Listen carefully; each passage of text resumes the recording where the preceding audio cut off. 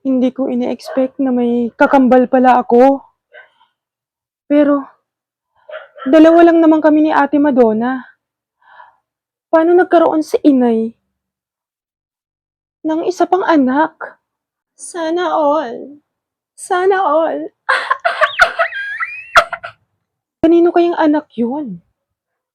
May kakambal na ako? Sana all.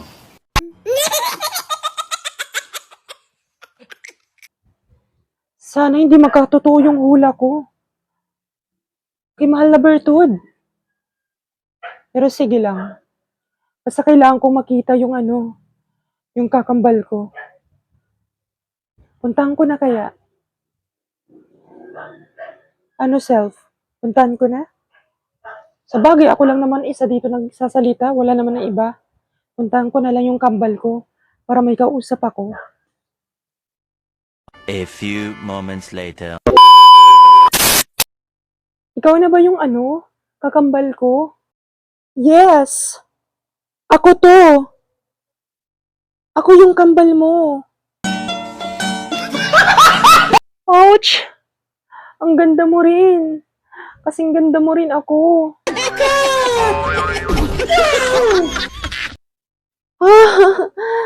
Magkamukha talaga tayo. Ang ganda natin. Parehas talaga tayong magaganda. Sana all.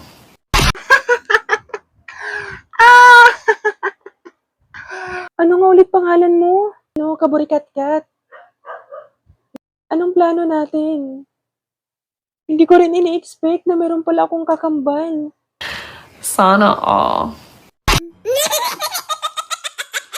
Sige, mag-usap na lang tayo ngayon. Total magkakilala na tayo.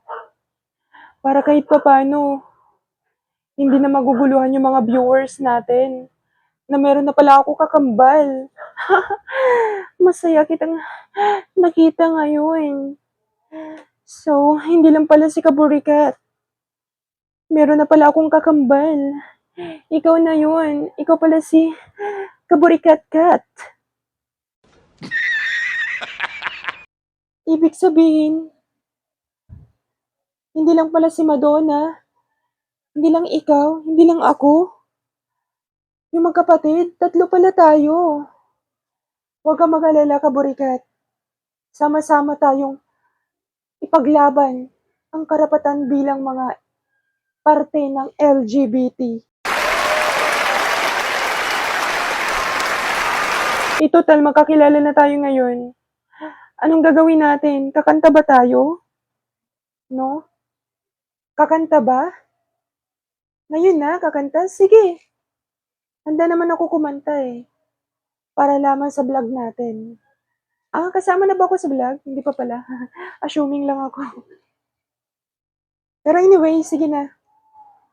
Para kahit papaano maging masaya lagi ang ating mga viewers. Kasama mo na ako. Para dalawa na tayong magkaburikat. Thank you sa lahat na tinanggap mo kagad ako kahit hindi pa tayo lubusan magkakilala. Maraming salamat.